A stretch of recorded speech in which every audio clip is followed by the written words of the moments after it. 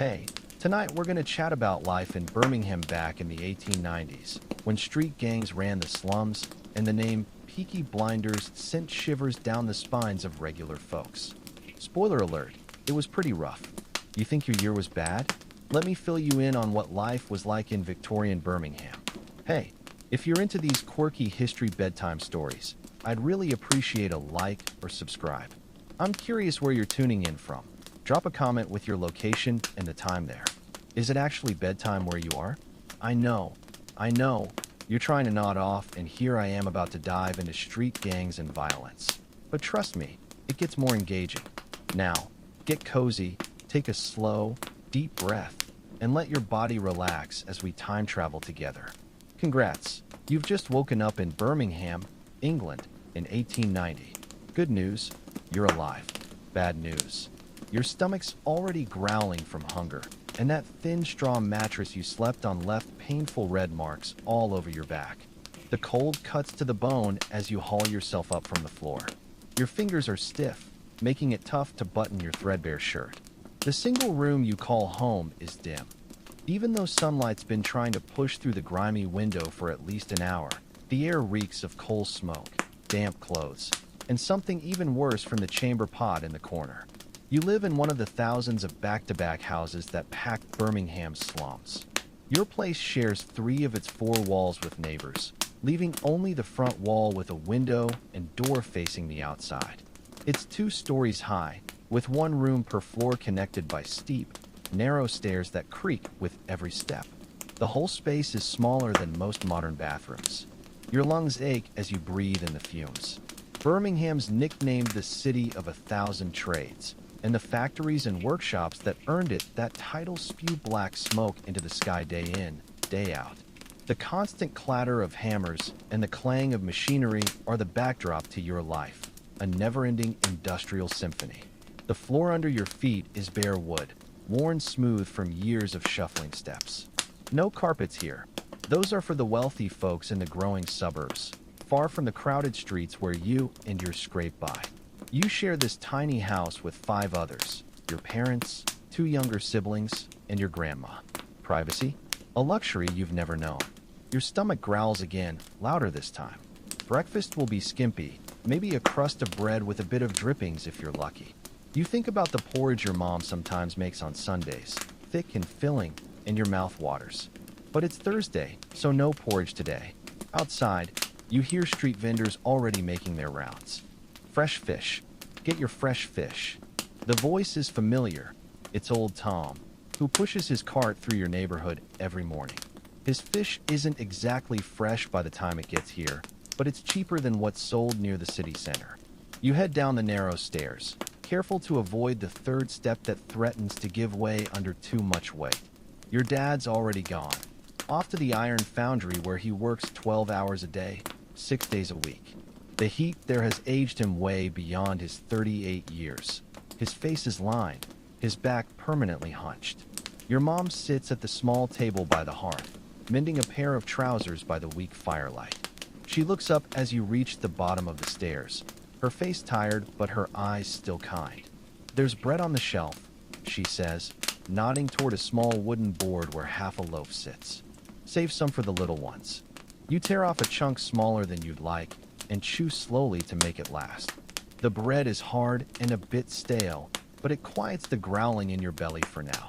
You wash it down with water from the jug on the table. It tastes faintly of metal and dirt from the pump at the end of the street that serves all 20 houses in your court. As you eat, you think about the day ahead. You're 15, and for the past 2 years, you've worked as a runner for Mr. Jenkins, the local pawnbroker. The pay's lousy, but it's better than nothing. And sometimes, when business is good, Mr. Jenkins slips you an extra penny. Today, though, you're not going to work. You've got other plans. 3 weeks back, you were walking home from Mr. Jenkins' shop when a bunch of boys cornered you in an alley. They were from the next street over, part of a local gang that's been causing trouble around here. They took the 2 pennies you had in your pocket and gave you a black eye and a split lip for good measure. Your dad was furious, not at the boys, but at you for not fighting back. "You let them walk all over you," he said, his voice low and dangerous. "In this neighborhood, You either stand up for yourself or you get crushed. You knew he was right. The streets of Birmingham aren't for the weak. So when Thomas Mucklow approached you last week with an offer to join his gang, you were tempted. The Peaky Blinders, they called themselves. They controlled the streets around Small Heath, and being part of them would mean protection, respect, maybe even a bit more cash in your pocket.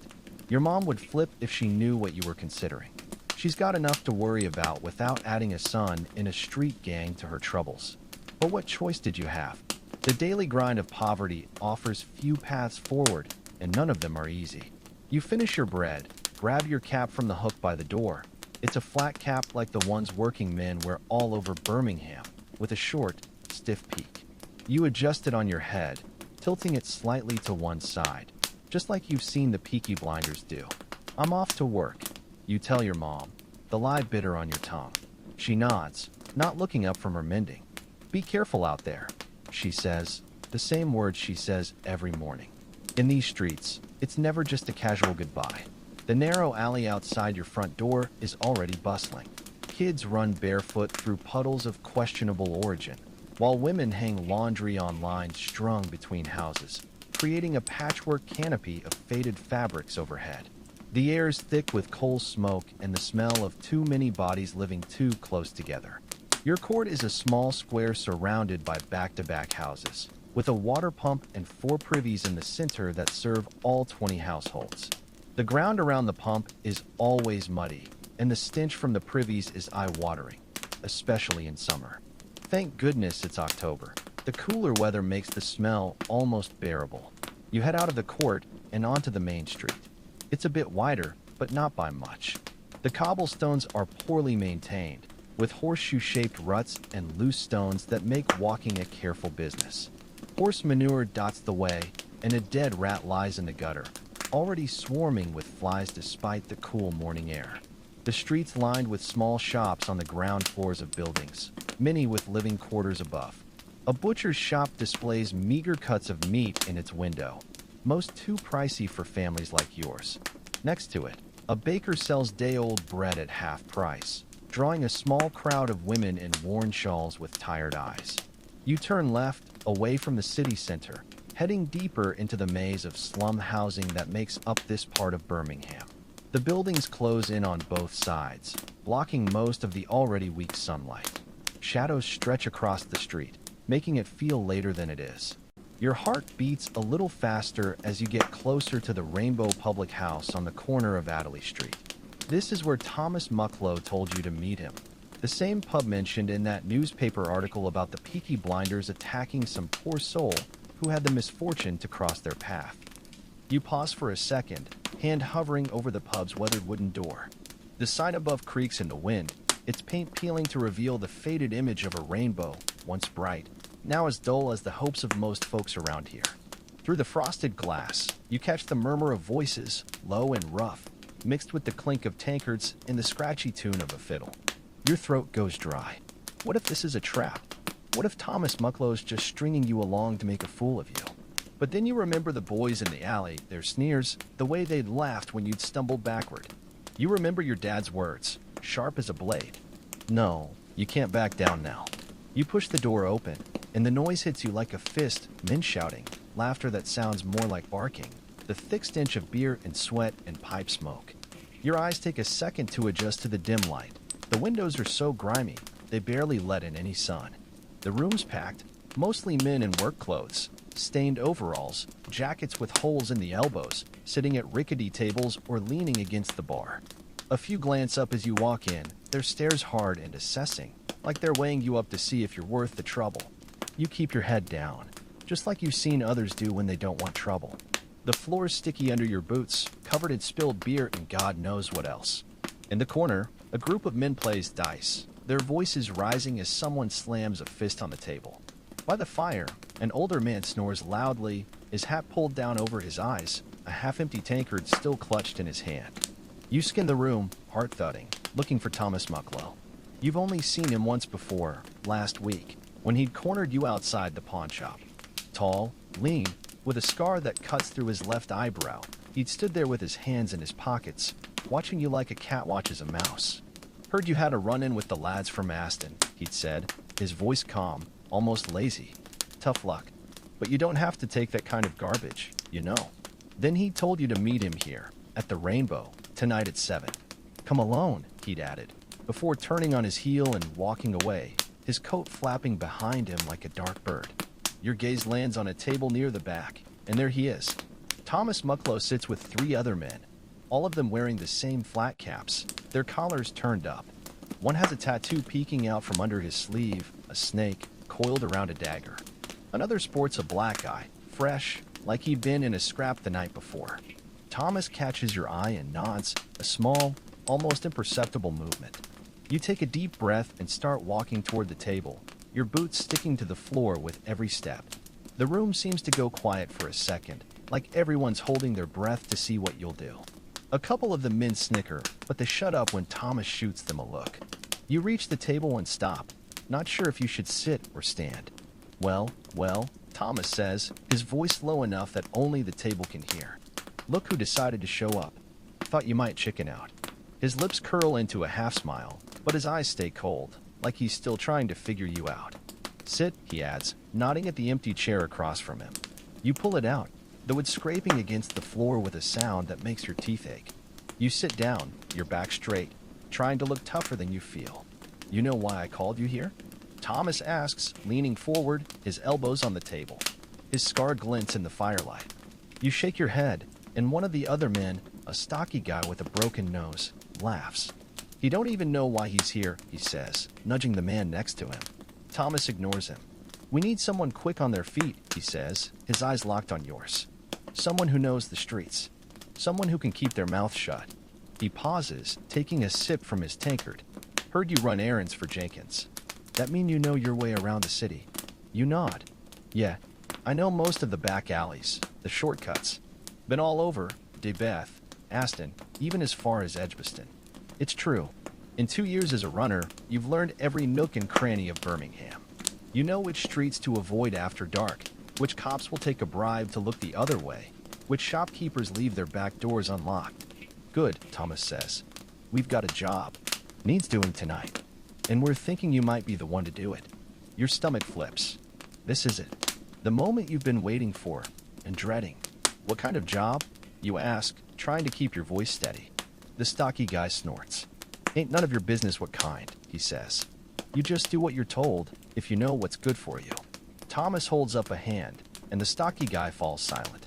Delivery, Thomas says, simple as that. We need a package taken from here to a warehouse on Canal Street. Simple enough, right? It sounds easy, but you know better. Nothing's ever simple with the Peaky Blinders. What's in the package? You ask. Thomas's smile fades. You ask too many questions, he says. That's a bad habit.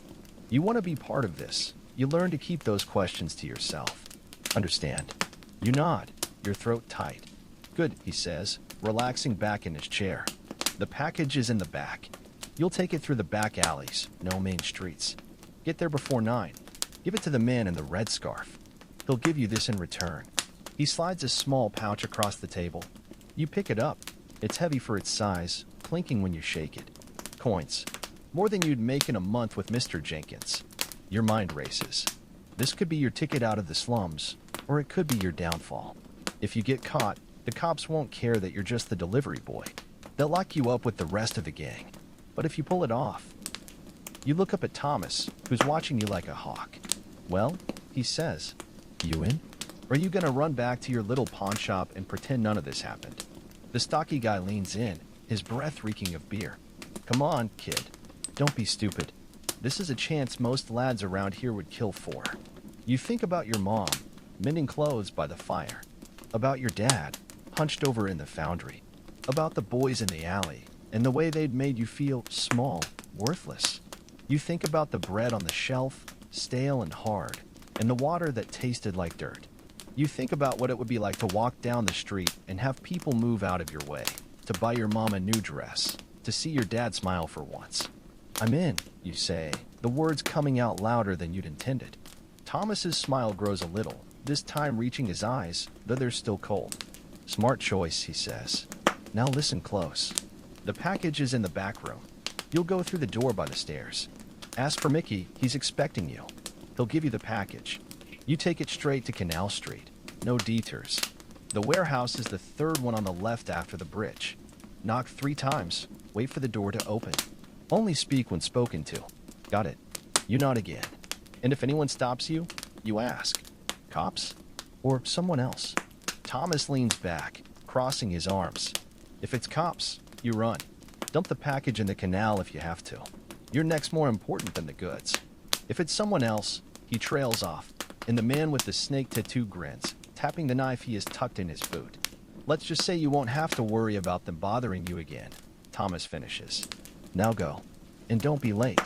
You stand up, chair legs scraping against the floor again, and nod at Thomas before turning toward the stairs. Your hands are clammy, and you can feel every eye in the pub on your back. Some curious, some mocking, some just plain mean. You keep your shoulders squared, though, like you've done this 100 times. The stairs are narrow and steep, the wood worn smooth by years of boots tramping up and down. Each step creaks under your weight, and for a second, you worry it might give way. At the top, there's a small landing with 2 doors. One's ajar, and you can hear the sound of a baby crying from inside, probably the landlord's kid, you guess. The other door is closed, with a chip paint sign that reads staff only. This must be it. You knock once, then pause, remembering Thomas's instructions. No, he didn't say how to knock here. Just to ask for Mickey. You knock again, louder this time. A gruff voice from inside barks. Who's there? Thomas sent me, you say, your voice steadier than you feel. The door swings open, and a short, burly man fills the frame. He's got a bushy beard streaked with gray, and his apron is stained with what looks like beer and something darker. You the runner? He asks, squinting at you like he's trying to see if you're worth the trouble. Mickey, you reply, and he grunts in confirmation. Come on in, then, and close the door. Can't have just anyone waltzing back here. The room's smaller than you expected, cluttered with crates and barrels.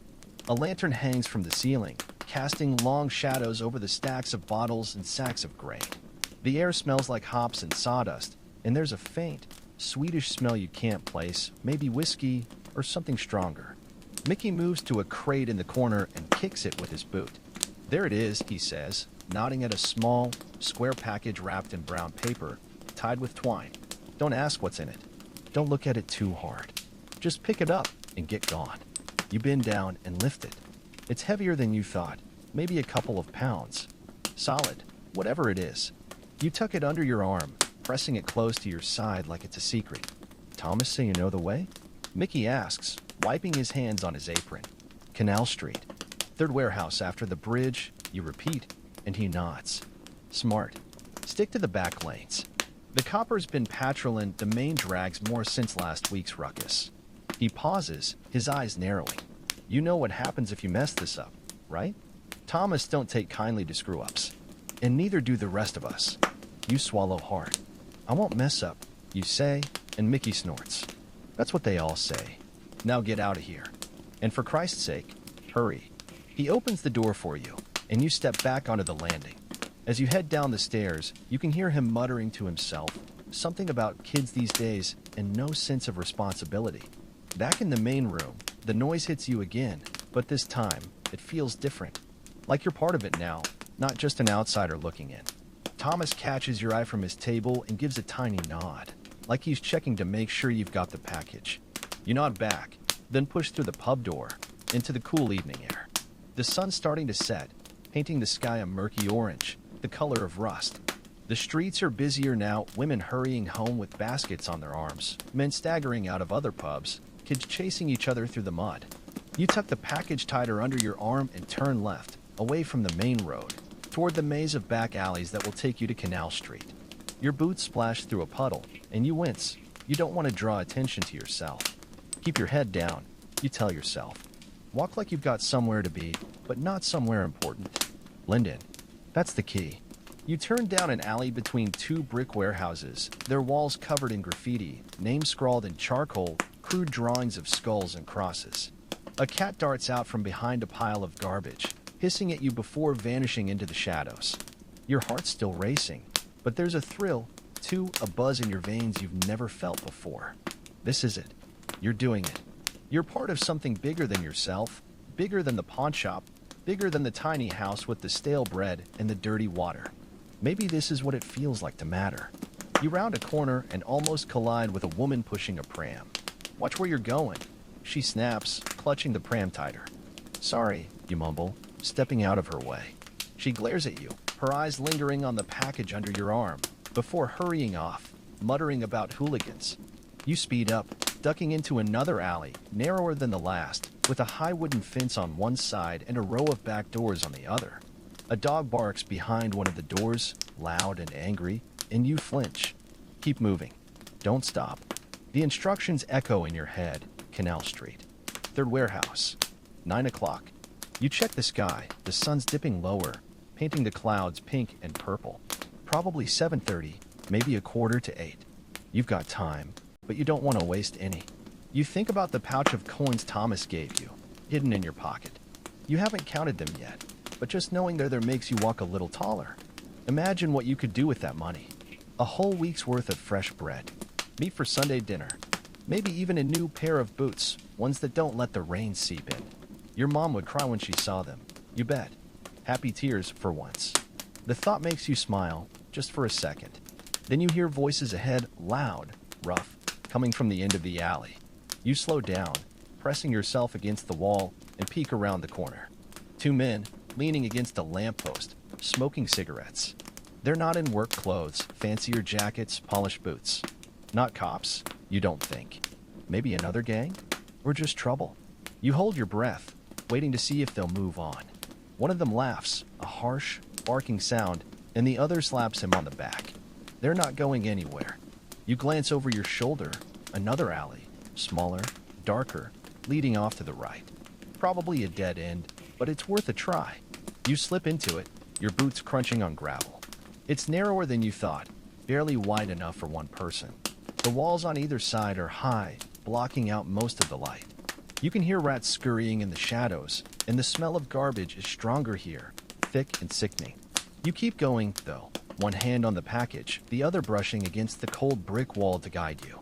After what feels like forever, you see light ahead, a small opening, just big enough to squeeze through. You hurry toward it, heart pounding, and push your way through. You're in another alley, this one wider, with a few doors leading into what look like factories. The voices are gone, thank God. You let out a breath you didn't know you were holding and lean against the wall for a second, catching your breath. Your hands are shaking and your shirt's damp with sweat, even though the air's cool.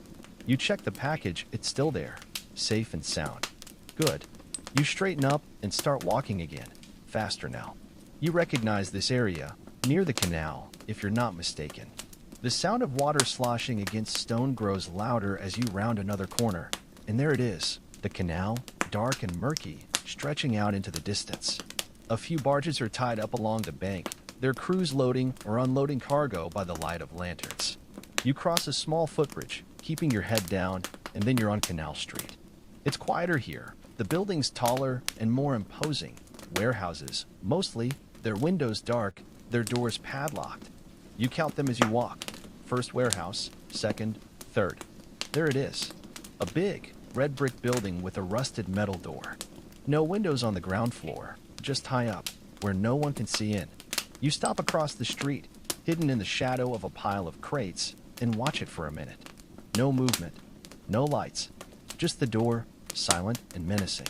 You check your pocket watch, borrowed from Mr. Jenkins, who'd kill you if he knew you'd taken it 8:45. Right on time. You take a deep breath, straighten your jacket, and cross the street. Your boots make a loud sound on the cobblestones, too loud, it seems. You reach the door and pause, heart in your throat. 3 knocks. You lift your hand and rap 3 times, hard, against the metal. The sound echoes in the quiet street. Nothing. You wait, counting to 10. Still nothing. Maybe you got the wrong warehouse? Or the wrong time?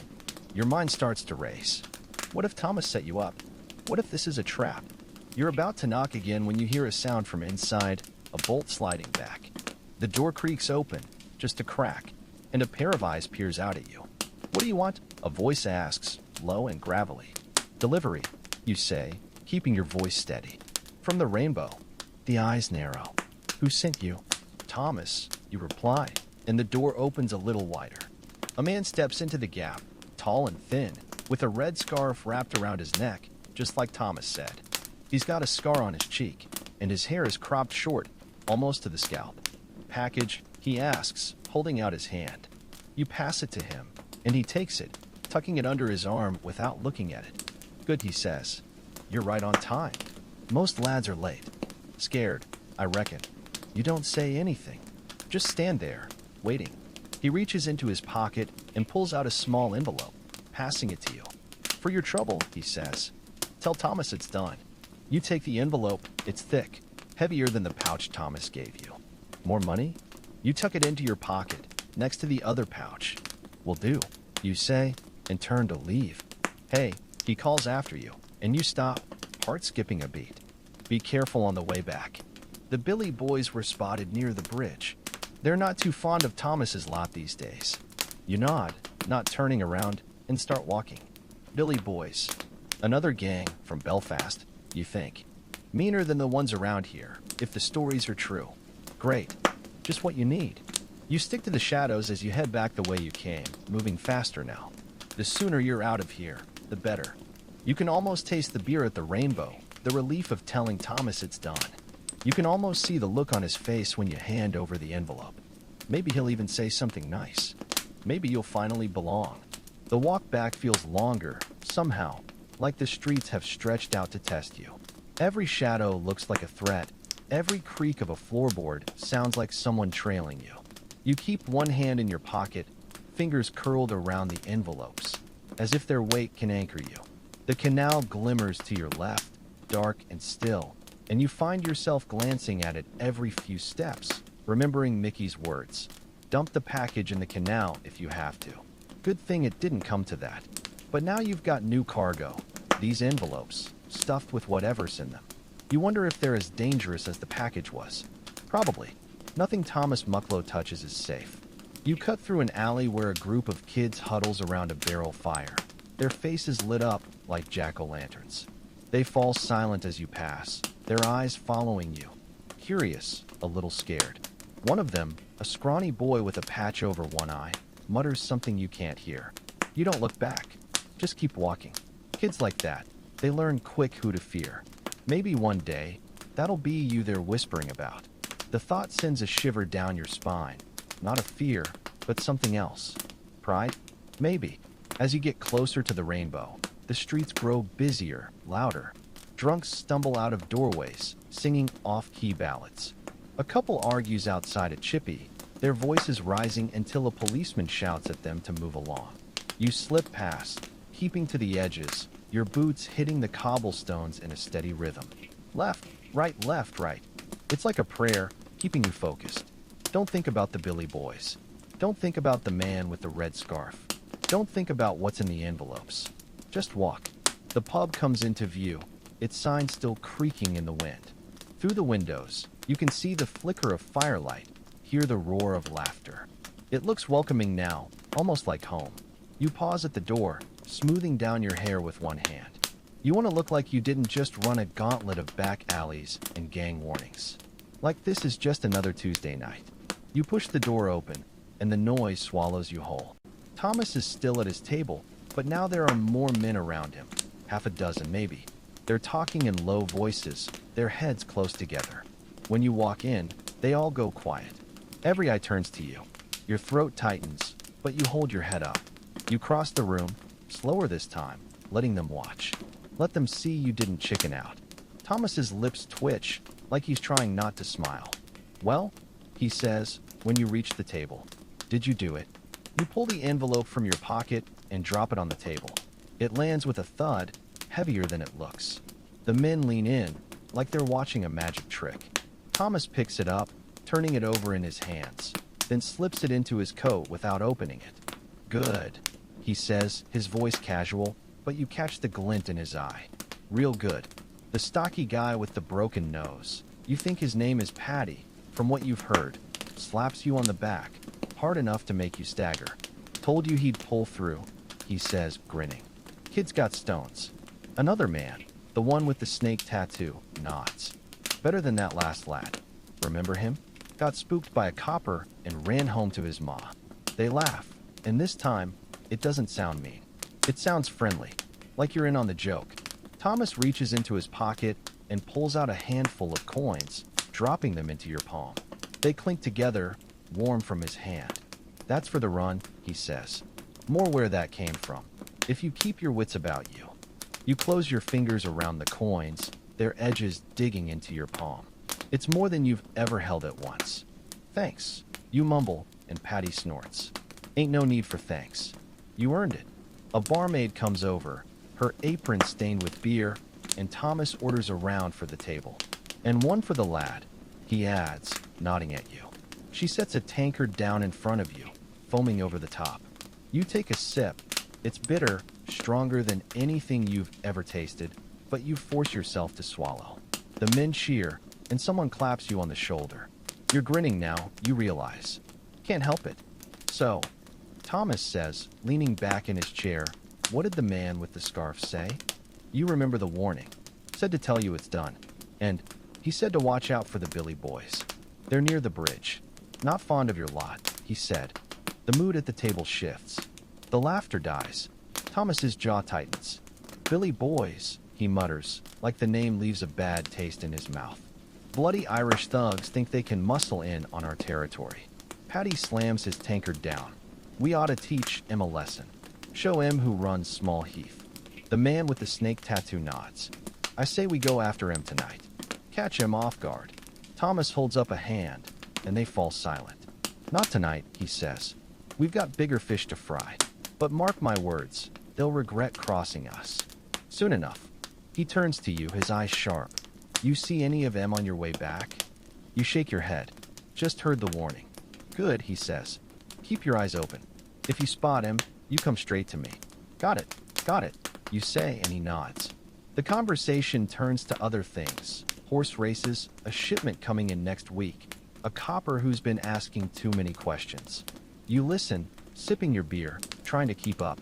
They talk in code sometimes, words you don't understand, but you nod like you do. No one calls you out on it. It's like they're letting you in, one slow step at a time. An hour passes, maybe two. The pub gets louder, rowdier. A fight breaks out in the corner. Some bloke accused another of cheating at dice. Thomas doesn't even look up. Just keeps talking like nothing's happening. You watch as two of his men haul the fighters out, one by each arm, their boots scuffing the floor. The door slams, and the room goes back to normal, like it's all part of the routine. You finish your beer, and Patty slides his over. Have another. On me. You shake your head. I should get home. Mom all worry. Thomas raises an eyebrow. Ma's boya. But he's smiling, so you know he's not mocking. Go on then, but be back tomorrow. Noon. We've got another job for you. Your heart leaps. Another job. You nod, standing up. The coins in your pocket jingle, a sweet sound. Tomorrow at noon, you say? I'll be here. They watch you go, and this time, the stares don't feel cold. They feel like approval. You push through the door, into the night air, and take a deep breath. It smells like coal smoke and beer, but it never smelled so good. You walk faster now, not because you're scared, but because you're eager. Eager to get home, to show your mom the coins, to tell her, well, not everything, just that you got a bonus at work. Eager to sleep, to dream about tomorrow, about what comes next. As you round the corner onto your street, you see a figure leaning against the wall of your house. Your heart stops. For a second, you think it's the Billy boys, come to get you. Then the figure steps into the light of a street lamp, and you relax. It's your dad. He's still in his work clothes, his face smudged with soot, his cap in his hand. Where have you been? He asks, his voice low. Not angry, exactly. Just tired. Work? You say, the lie slipping out. Mr. Jenkins needed me late. Said I could have the extra hours. He studies you for a minute, his eyes narrowing. Then he nods, like he's made up his mind about something. Come on, he says, turning toward the door. Your ma's been fretting. You follow him inside, your boots heavy with mud. The house is quiet, the little one's asleep in their corner. Your mom looks up from her chair, her face softening when she sees you. There you are, she says. I was about to send your dad out looking. I'm fine, you say, and pull the coins from your pocket, dropping them onto the table. They shine in the firelight, more than she's ever seen. Her hand flies to her mouth. "What's this?" she asks. "Bonus," you say, grinning. "Mr. Jenkins said I've been doing good." Wanted to show his appreciation. Your dad's eyes widen. He picks up a coin, turning it over in his fingers. "That's more than a week's wages," he says. "What did you do?" "Just extra work," you say, shrugging. "Ran some special errands." He looks at you, like he knows there's more to it, but he doesn't ask. Just sets the coin down and claps you on the back, gentler than Patty did, but just as meaningful. "Well done," he says. Your mom reaches over and squeezes your hand. "We'll get a roast tomorrow," she says, smiling. "Proper meat, for once." You nod, your throat tight. This is what it's all for. This moment. Later, when you're lying on your straw mattress, listening to your siblings snore, you think about Thomas and the gang, about the rainbow and the envelope and the Billy boys. You think about what it would mean to be one of them. No more scrounging for bread, no more cowering in alleys. Respect, power, a chance to change things. But then you think about your mom's smile, your dad's "well done." Is it worth risking that? You close your eyes, and for a second, you see the man with the red scarf, his scar glinting in the light. You see Thomas, his eyes cold but sharp. You see the coins on the table, shining like promises. Tomorrow at noon, you think. You'll be there. The cobblestones bite at your boots as you quicken your pace, the envelope burning a hole in your pocket. Every step echoes louder than it should, like the dark's got ears and is hanging on every sound. You dart through an alley where a stray dog snarls, its ribs showing through matted fur. Hungry, just like everyone else around here. You don't slow down. Just keep moving, one hand hovering near the envelope, like you're guarding a treasure. The canal's a constant murmur to your left, its black water swallowing the last of the sunset.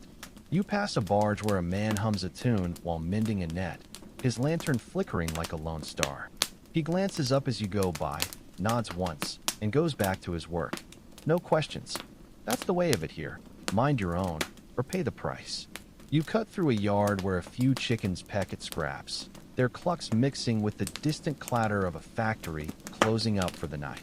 A woman leans out a second-story window, shaking out a blanket, and you duck, half expecting her to shout. But she doesn't even glance your way. Just keeps shaking, like the dirt and grime of the day can be flapped away that easy. You wish it were that simple. Wish you could shake off the feel of the package, the weight of the envelope, the sound of the man with the red scarf's warning. Billy boys. You've heard the stories. How they carry razors in their caps, how they don't flinch at blood, how they laugh while they hurt people. Thomas's lot's tough, but the Billy boys? There's something else. You round a corner and nearly trip over a pile of crates, stacked haphazardly like someone couldn't be bothered to put them away. A rat scurries out from underneath, and you jump, heart slamming against your ribs. Stupid. Jumping at a rat when there are real threats out here. You take a breath, steady yourself. Focus. The rainbow's not far now. You can almost hear the fiddle from here, off-key but lively. Almost smell the beer and the sweat and the pipe smoke. Home, for tonight anyway. Then you see them. 3 figures, loitering by the bridge you need to cross. Not moving, just standing, their shadows stretched long by a nearby street lamp. Fancy jackets, polished boots. The same as the 2 you saw earlier, but more of them. Billy boys. Your throat goes dry. You press back against a wall, flattening yourself against the rough brick, and watch. One of them kicks a stone into the canal, sending a ripple through the dark water. Another lights a cigarette, the flame briefly illuminating a face. Hard, mean, with a scar along his jaw. The third's talking, his voice low, but you catch a word here and there. Peaky. Thomas, trouble. Your stomach twists. They're talking about you. Or at least, about Thomas's lot. About the delivery? Maybe. Maybe they saw you leave the warehouse. You need to get past them, but the bridge is the quickest way. The other route would take you around 3 blocks, through an area where the streets are even darker, even more dangerous. And who knows what else is waiting there. You check the time, borrowed watch ticking in your pocket, 9:15. Thomas will be wondering where you are, wondering if you've run off with the envelope. You can't let that happen. Not after you've come this far. You slip into a gap between 2 buildings, narrower than the last alley, and peer through. The bridge is just ahead. The Billy Boy's still there, still talking. You could wait them out. But how long? What if they decide to move on, right toward you? No, better to take your chance. You adjust the envelope in your pocket, make sure it's secure, and take a step forward. Slow, quiet, like you're walking on eggshells. The gap opens up into a small courtyard, overgrown with weeds, a rusted gate hanging off its hinges. You slip through, wincing at the creak, and find yourself on a side street that runs parallel to the bridge. Closer now, close enough to hear them laughing. You spot a stack of barrels near the edge of the bridge, big enough to hide behind. Perfect. You make a dash for it, boots thudding against the ground, hard in your mouth. You reach the barrels just as one of the Billy Boys turns his head. You freeze, holding your breath, pressed against the rough wood. "Did you hear that?" he says, his voice sharp. "Hear what?" Another replies.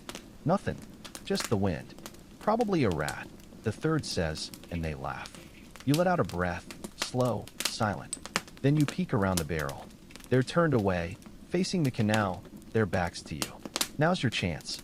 You sprint across the bridge, keeping low, boots barely touching the wood. The planks creak under your weight, but they're too busy talking to notice. You hit the other side, duck into an alley, and don't stop running until your lungs burn. When you finally slow down, leaning against a wall, gasping for air, you realize you're grinning. You did it. Outsmarted them. Maybe you've got what it takes after all. The streets get more familiar the closer you get to Small Heath. The pubs are louder here, the crowd's thicker. You pass a group of women, their skirts swishing, heading home from the market, chatting about prices and husbands and the latest gossip. "Did you hear about Mrs. Higgins' boy? Joined the Peaky Blinders, they say. Got himself a new coat already." Foolishness. Those boys will get him killed. You walk faster, like their words might stick to you if you linger. You turn onto the street where the rainbow sits, its signs still creaking, and pause. The doors open, light spilling out onto the cobblestones, a warm invitation. You take a breath, straighten your jacket, and walk in. The noise hits you. Laughter, shouting, the clink of tankards. And for a second, you feel like you're coming home. Thomas is still at his table, but now there's a woman with him, dark-haired, sharp-eyed, smoking a cigarette. She looks up as you walk in, her gaze lingering on you like she's sizing you up. Thomas sees you too, and his face breaks into a half-smile. "Took your time," he says, but there's no bite to it. You cross the room, aware of eyes on you again, different this time though. Not just curiosity, but something else. Respect? Maybe. You set the envelope down on the table, and Thomas slides it toward him, opening it without a word. He counts the contents quickly, then nods. "Good," he says. "Real good." The woman beside him speaks up, her voice low, smoky. "This the lad you were telling me about?" Thomas nods. "Proved himself tonight. Delivered when others would have run." She smiles, but it doesn't reach her eyes. "Impressive, though I reckon he's smart enough to know what happens if he crosses us." You don't say anything. Just stand there, letting her words hang in the air. Thomas slides a tankard toward you. "Drink," he says. "You've earned it." You take it, sipping slowly, the beer bitter but good. The woman watches you, her cigarette smoke curling around her face. "What's your name, lad?" she asks. You tell her, and she nods. "I'm Polly, Thomas's aunt." Your eyes widen. Polly Gray. You've heard of her. Tough as nails. Runs half the business when Thomas isn't around. "Pleased to meet you, ma'am," you say, and she laughs, a short, sharp sound. "Ma'am. Cute. Don't let it fool you, Thomas. He's got sense, this one." Thomas grunts. "Sense'll only get you so far. He needs grit. Grit can be learned." Polly says, stubbing out her cigarette. "Sense? That's rare." She stands up, smoothing down her skirt. "I'll leave you to it. Got a shipment to check on." She walks past you, her shoulder brushing yours, and you stiffen. She pauses, turning her head so her mouth is close to your ear. "Watch him," she says, nodding at Thomas. "He'll test you. Don't break." Then she's gone, the door slamming behind her. Thomas raises an eyebrow. "She likes you," he says. "Or at least, she doesn't hate you. That's more than most get." You take another sip of beer. What's in the envelope? You ask, and he smirks. None of your business. Not yet, anyway. He leans forward, his voice dropping. But since you asked, payment. For the goods. Which means we're in the black this week. Which means you'll be eating better than most. You nod, thinking of the roast your mom mentioned. Speaking of which, Thomas says, how much did he give you? You pull out the envelope, and he whistles. More than I thought. Greedy bastard must have been in a good mood. He pushes it back toward you. Keep it. All of it. You earned it. Your throat tightens. This is more money than you've ever held in your life. Thank you, you say, and he waves a hand. Save the thanks. There's more where that came from. If you keep proving yourself. The night wears on. More men join the table. More beer flows. More stories are told. You learn their names. Johnny, with a limp from a fight. Arthur, Thomas's brother, loud and quick to anger. Finn, the youngest, barely older than you, eager to prove himself. They ask you questions, where you live, who your family is, what you know about the streets. You answer honestly, for the most part. Leave out the parts that make you sound weak. They nod, like they're storing the information away for later. At some point, Arthur slams his tankard down, spilling beer everywhere. We should have gone after the Billy boys, he says, his face red. Show him we ain't scared. Thomas sighs. We will. Soon. But not tonight. We've got a race tomorrow. Need to be sharp. Arthur grumbles, but he drops it. Johnny turns to you. You ever bet on a horse, lad? You shake your head. Thomas here's got a knack for it. Picks winners more often than not. Thomas smirks. Luck, mostly. Bollocks, Johnny says. Skill. You check the time, midnight. Your mom will be up, pacing, worrying. I should go, you say, standing up. Thomas nods. Smart. Get some sleep. We'll be at the stables at dawn. You come too. Learn the ropes. Your heart leaps. Really, unless you're scared of horses, he says, and you shake your head. I'll be there. Good, he says. Don't be late. You say your goodbyes, tuck the envelope into your pocket, and head out into the night. The streets are quieter now, most folks in bed, but the danger feels closer, like it's waiting in the shadows, just out of sight. You walk faster, the money heavy in your pocket, a mix of fear and excitement churning in your gut. You're part of something now, for better or worse. When you reach your street, you pause, looking up at your house. A light's still on in the window. Your mom, probably. You take a breath, straighten your shoulders, and walk up the steps. Time to face the music. Time to start a new chapter. The door creaks as you push it open, and the first thing you notice is the smell. Your ma's been burning herbs again. Something she swears keeps the bad luck away. The fire in the hearth's low, just a few embers glowing, but it's enough to cast shadows on the walls, making them look like they're moving. Your ma sits in her rocking chair, mending a shirt by the light of a guttering candle. She looks up, and for a second, you see relief flood her face. Then it hardens, just a little. Where have you been? She asks, her voice tight. It's past midnight. I told you. Extra work. You say, kicking off your boots. Mr. Jenkins needed help with inventory. Paid me double. You pull the envelope from your pocket and toss it on the table. It lands with a thud, and her eyes widen. She sets down her mending and picks it up, her fingers trembling as she opens it. When she sees the coins, she gasps. This is more than a month's wages, she says, looking up at you. What kind of inventory pays this much? You shrug, trying to look casual. Said it was confidential. Something to do with a rich customer. Don't ask me. I just count the boxes. She studies you, her eyes narrowing. You know she doesn't believe you, but she doesn't push it. Not yet. Your da's asleep, she says, nodding toward the corner where a pile of blankets lies on the floor. He was up half the night waiting for you. I'm sorry, you say, and she softens. Just be careful, yeah?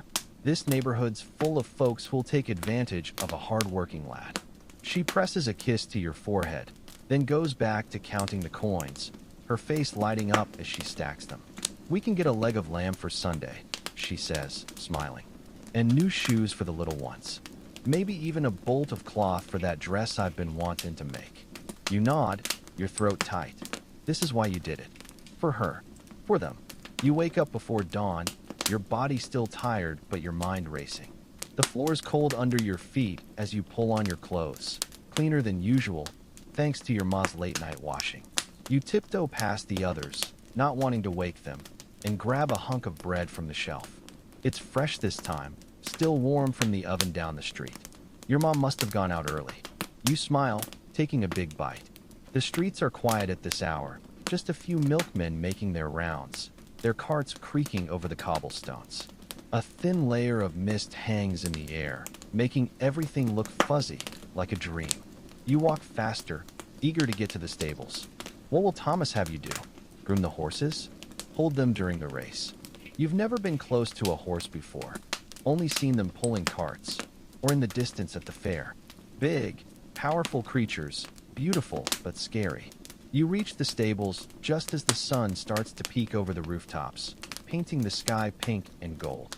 There on the edge of town, a row of weathered wooden buildings with a paddock out front, where a few horses graze, their manes blowing in the wind. You can hear the sound of horses whinnying and men shouting and the clatter of buckets. Thomas is standing in the yard, talking to a tall man in a tweed jacket, probably the stable owner. He sees you and waves you over. "Took you long enough," he says, but he's smiling. "This is Mr. Barrow. Runs the place." Mr. Barrow nods, his face serious. "Thomas says you're a quick learner," he says. "Let's hope he's right. Horses don't take kindly to fools." Thomas leads you into the main stable, the smell hitting you like a fist. Hay and manure and leather, strong but not unpleasant. A dozen horses stand in stalls along the walls, their heads poking over the doors, watching you with big, dark eyes. "This is Black Bess," Thomas says, stopping at a stall. Inside, a black mare tosses her head, her coat shining like coal. Fastest thing on four legs. "She's our bet today." You reach out a hand, hesitating, then stroke her nose. She snorts, but leans into your touch, warm and soft. "She likes you," Thomas says, grinning. "Most folks she takes a week to warm up to." Over the next hour, you learn the basics. How to brush a horse, how to muck out a stall, how to check for injuries. Mr. Barrow watches, his arms crossed, but he doesn't criticize. When you finish brushing Bess, he nods. "Not bad," he says. "For a first try." Thomas hands you a bucket of oats, and you hold it out to Bess, who eats greedily, her lips tickling your palm. "She'll need extra today," Thomas says. Race day's hard on him. Arthur arrives at sunrise, slamming the stable door open. "About time," he says, clapping you on the back. "Thought you'd sleep in, lad." "Early bird catches the worm," you say, and he laughs. "That's what I like to hear." Feisty. Finn shows up a few minutes later, his face eager. "Can I ride her?" he asks, pointing at Bess. Thomas shakes his head. "Not today. Maybe next time." Finn pouts, but he doesn't argue. He knows better. By mid-morning, the stables are bustling. More men arrive, carrying saddlebags and bedding slips. A cart pulls up, and they unload crates of beer and sandwiches. "Lunch," Thomas says. You grab a sandwich, leaning against the wall as you eat, watching the chaos. It's different from the pub. This energy, calmer, more focused. Like everyone's working toward the same goal. Johnny limps over, a sandwich in one hand, a beer in the other. "Nervous?" he asks, nodding at the track visible beyond the paddock. "First race." You shake your head.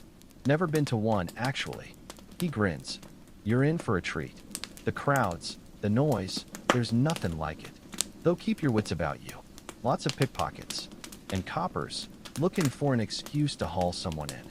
You nod, tucking your hands in your pockets.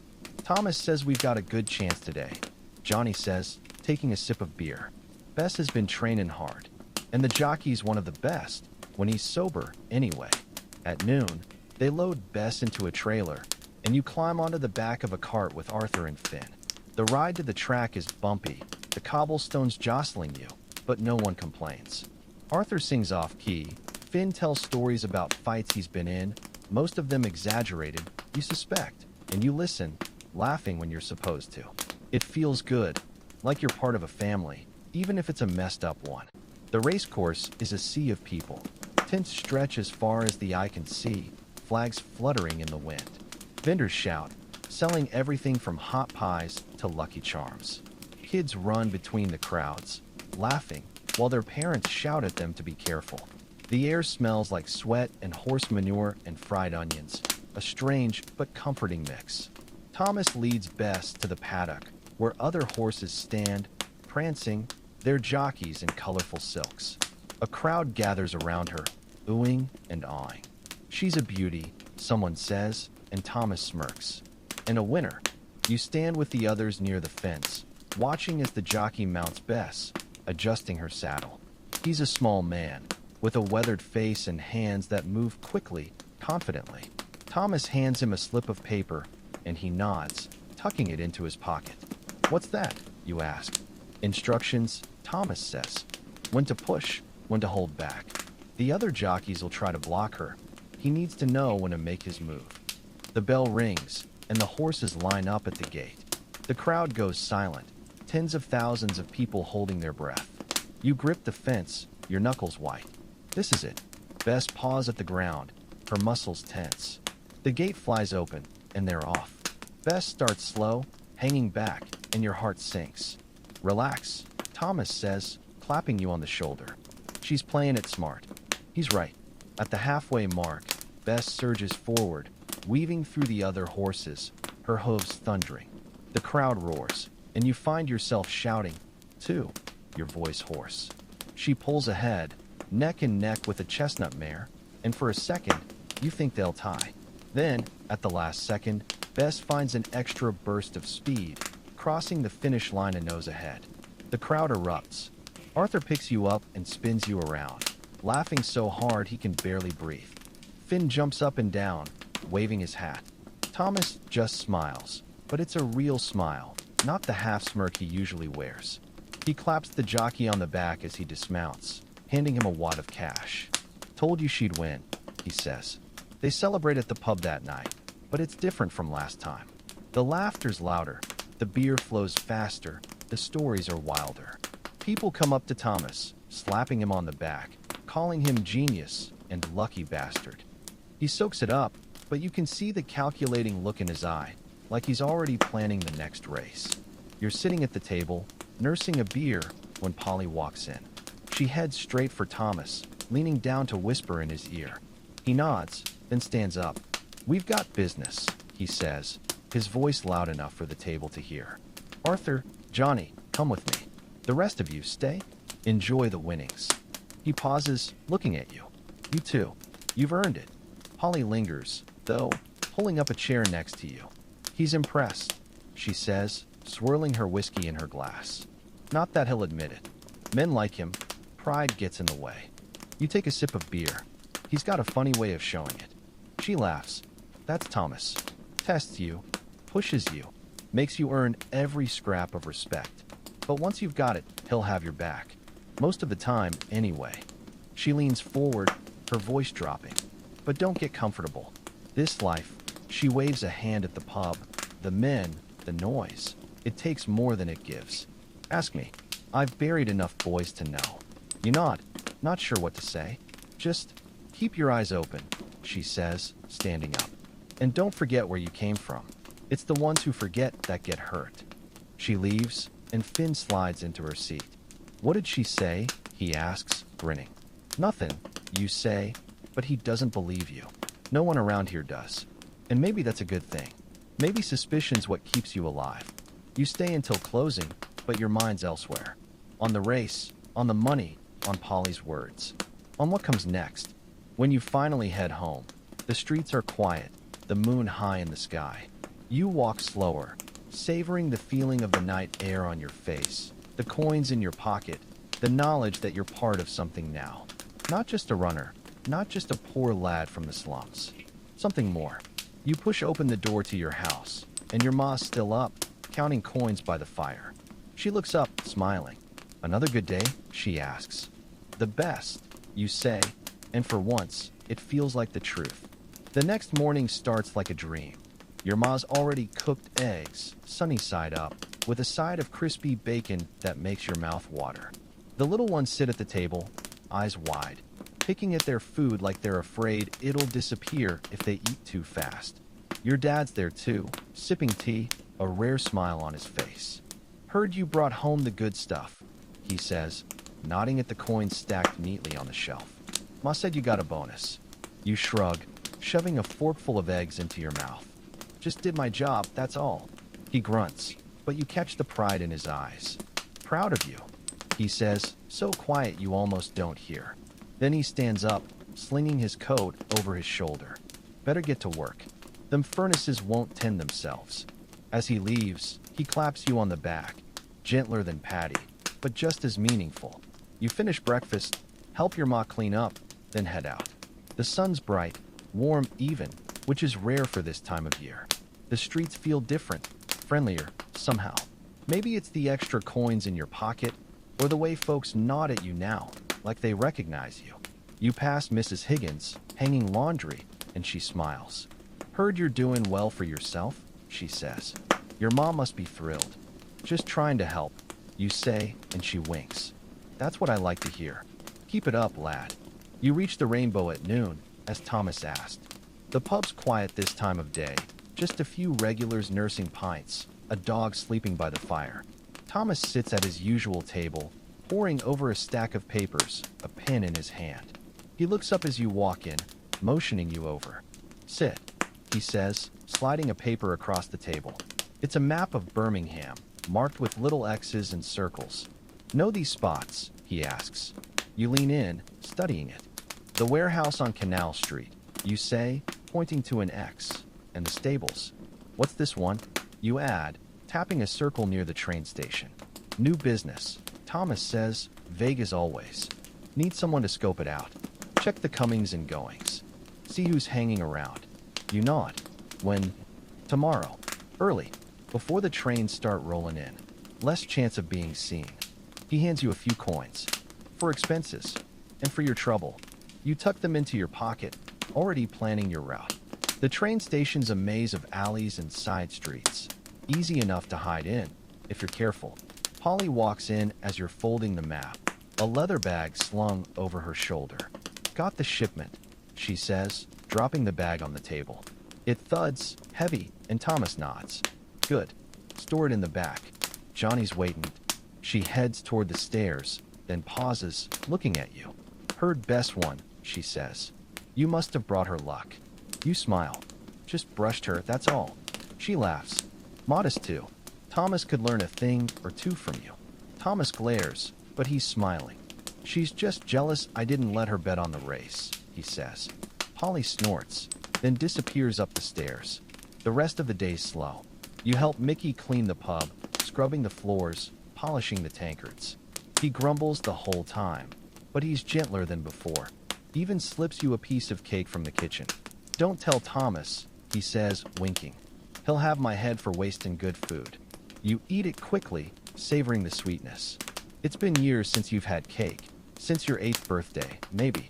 Arthur arrives in the afternoon, drunk already, singing at the top of his lungs. Where's the party? He shouts, stumbling over a chair. Thomas sighs. It's 2 o'clock in the afternoon, Arthur. Go sleep it off. Arthur pouts, but he does as he's told, collapsing onto a bench by the fire. You watch him snore, his mouth open, and wonder what it's like to carry that much anger, like a fire, always burning. Finn shows up later, dragging a boy your age behind him. This is Isaiah, he says, grinning. He wants to join. Says he's tough enough. Isaiah stands up straight, puffing out his chest. I can fight, he says. Better than Finn, anyway. Finn shoves him, laughing. Bollocks. I'll take you anytime. Thomas looks up from his papers, raising an eyebrow. Prove it, he says. There's a boxing ring behind the pub. Winner stays. Loser leaves. Isaiah's eyes light up. You're on. Finn looks nervous, but he nods. Let's go. You follow them outside, along with a few regulars who heard the commotion. The boxing ring's just a roped-off area in the yard, the ground packed dirt, a few chairs set up around it. Arthur stumbles out, too, drawn by the noise. Fight! Fight! Fight! He chants, clapping his hands. Thomas leans against the wall, arms crossed, watching. Isaiah and Finn climb into the ring, stripping off their jackets. Isaiah's taller, leaner, with a mean look in his eye. Finn's stuck here, quicker on his feet. Go easy, Thomas calls out. No permanent damage. Arthur boos. Where's the fun in that? The fight starts slow. They circle each other, testing the waters. Then Isaiah throws a punch, catching Finn in the stomach. Finn doubles over, gasping, and the crowd groans. Come on, Finn, someone shouts. Finn straightens up, wiping his mouth, and charges, throwing a wild punch that catches Isaiah in the jaw. Isaiah staggers back, surprised, then grins. Not bad, he says, but not good enough. They trade blows for a few minutes. Finn's punches are messy, but he's relentless. Isaiah's are cleaner, more precise. You find yourself cheering for Finn, even though you barely know him. He's one of you now, after all. In the end, it's Finn who wins, by luck, mostly. Isaiah throws a punch that misses, trips over his own feet, and lands flat on his back. The crowd erupts, Arthur laughing so hard he cries. Finn jumps up, pumping his fists. Told you I'd win, he shouts. Isaiah stands up, rubbing his back, scowling. Cheated, he mutters, but he leaves without arguing. Thomas nods at Finn, approval in his eyes. Not bad, he says. For an amateur. Finn grins, puffing out his chest. That night, the pub's busy again. Word's gotten around about the fight, and everyone's talking about Finn's victory. He soaks it up, telling anyone who'll listen how he outsmarted that kid Isaiah. Thomas just shakes his head, but he's smiling. You're sitting at the table, listening to Johnny tell stories about his time in the army, when the door slams open. A man stumbles in, blood streaming down his face, a gash on his forehead. Billy Boys, he gasps, collapsing onto the floor. The pub goes silent. Thomas stands up, his face hard. What happened? He asks, kneeling beside the man. They jumped me. By the bridge. Said it's a message. For you. He passes out, and Arthur and Johnny lift him up, carrying him toward the stairs. Get Polly, Thomas says, his voice cold. She'll patch him up. Polly comes down a few minutes later, a first aid kit in hand. She kneels beside the man, cleaning the wound with a cloth, her face set. This is bad, she says, not looking up. They're not just sending a message. They're declaring war. Thomas nods, his jaw tight. Then war it is, he says, his voice loud enough for everyone to hear. Tomorrow, we fight back. The crowd murmurs, some scared, some excited. Arthur slams his tankard down. About time, he shouts. Let's teach those Irish bastards a lesson. Thomas holds up a hand, silencing him. Not yet. We need a plan. Johnny, you know the area around the bridge. Map it out. Finn, gather the lads. Tell them to meet here at dawn. And you, he turns to you. You know the back alleys. Find a way to get us close without being seen. Can you do that? You nod, your heart racing. This is it. The moment you've been waiting for and dreading. Good, Thomas says. Now let's get to work. The pub empties out, everyone hurrying to do Thomas's bidding. You stay, though, watching as Thomas and Polly huddle over the map, whispering. He points to a spot near the bridge. She shakes her head, pointing to another. They argue, quietly, then nod, reaching an agreement. You're sure? She asks. It's risky. Risk's the only way to win, he says. You leave an hour later, the plan burning in your mind. The streets are quiet, but you can feel the tension in the air, like a storm's coming. You walk faster, your boots thudding against the cobblestones, your mind racing. Tomorrow, everything changes. When you get home, your ma's still up, mending clothes by the fire. She looks up, her face falling when she sees you. What's wrong? She asks. You look like you've seen a ghost. You sit down, taking her hand. Ma, I need to tell you something. I'm not working for Mr. Jenkins anymore. Her eyes widen. What? Why? Did he fire you? No, you say, taking a deep breath. I'm working with some new people. It's better pay, but it's dangerous. You tell her about Thomas, about the gang, about the Billy Boys. Not everything, just enough. She listens, her face pale, but she doesn't interrupt. When you finish, she pulls you close, her body shaking. Oh, love, she says, her voice breaking. I was afraid of this. This life, it's not for you. It'll eat you alive. I have to, you say, pulling away. For us. For the little ones. This is the only way out. She looks at the coins on the shelf, then back at you, tears in her eyes. Promise me you'll be careful, she says. Promise me you'll come home. I promise, you say, but you're not sure if you mean it. You lie awake that night, listening to the others breathe, thinking about tomorrow. The fight, the Billy boys, the plan. You wonder if you'll be brave enough, if you'll be strong enough, if you'll come back. Just before dawn, you hear your ma get up. You watch as she lights a candle, kneels by the hearth, and says a prayer, her lips moving, her hands clasped. For you, you think. She's praying for you. You get up, pull on your clothes, and head out. The sky's still dark, but the pub's already busy. Men gathering, sharpening knives, checking their caps for razors. Thomas stands in the yard, talking to Arthur and Johnny, his face set. He sees you and nods. Ready? He asks. You take a deep breath. Ready. The streets are quiet as you lead them, sticking to the back alleys, just like you planned. The men follow, silent, their boots soft on the dirt. You can hear their breathing, steady, like they're all in rhythm. Your heart's pounding, but your mind's clear. This is your job. This is what you've been working toward. As you get closer to the bridge, you slow down, motioning for them to stop. They're just ahead, you whisper. 3 of them, by the gate. Thomas nods, turning to the others. You know the plan, he says. Quiet. Quick. No unnecessary bloodshed. Arthur snorts. Where's the fun in that? But he grins, so you know he's joking. Mostly. Thomas pulls out a knife, the blade glinting in the dim light. Let's go, he says. You take one last breath, then lead them forward. Into the fight. Into the unknown. Into whatever comes next. The air thickens like molasses as you edge forward, each step a silent prayer that the gravel under your boots won't betray you. The bridge looms ahead, its iron girders creaking like old bones in the pre-dawn wind. You can make out the 3 Billy boys now, huddled near a rusted gate, passing a bottle back and forth. Their laughter cuts through the quiet, sharp, mean, like they're already celebrating something. Your grip tightens on the knife Thomas gave you, its handle smooth from years of use. Not that you plan to use it, but the weight of it grounds you.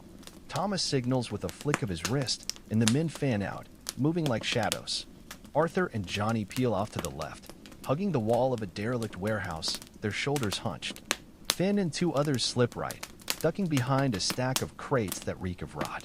You stay with Thomas, pressing yourself against a brick wall that's cold even through your coat. His breath is steady, in sync with yours, like you've been doing this together for years. On my count, he murmurs, his lips inches from your ear. 3, 2, 1. He bursts forward, and the others follow, a wave of bodies crashing into the Billy boys' little circle. The element of surprise is on your side. For a split second, the Billy boys just stare, too shocked to move. Then chaos erupts. Bottles shatter, fists fly, men shout. You dive out of the way as one of the Billy boys stumbles backward, his nose bleeding, his eyes wild. He reaches for the razor in his cap, but Arthur's faster, slamming a fist into his stomach.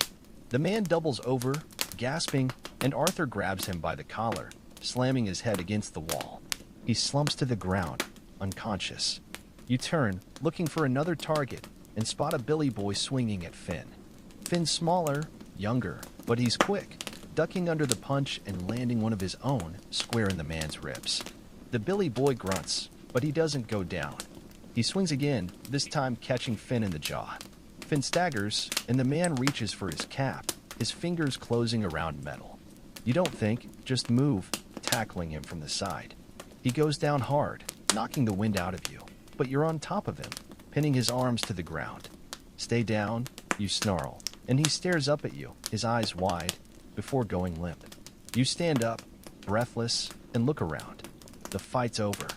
3 Billy boys, all on the ground, one unconscious, one bleeding, one staring up at the sky, his face pale. Thomas stands over them, his chest heaving, his knuckles bloodied. Tie him up, he says, his voice calm, like he's ordering a pint. We'll leave him for the coppers. Send a message. Arthur and Johnny grab rope from their pockets, looping it around the men's wrists and ankles, tight enough to hurt but not enough to cut off circulation. Finn sits on the ground, holding his jaw, but he's grinning.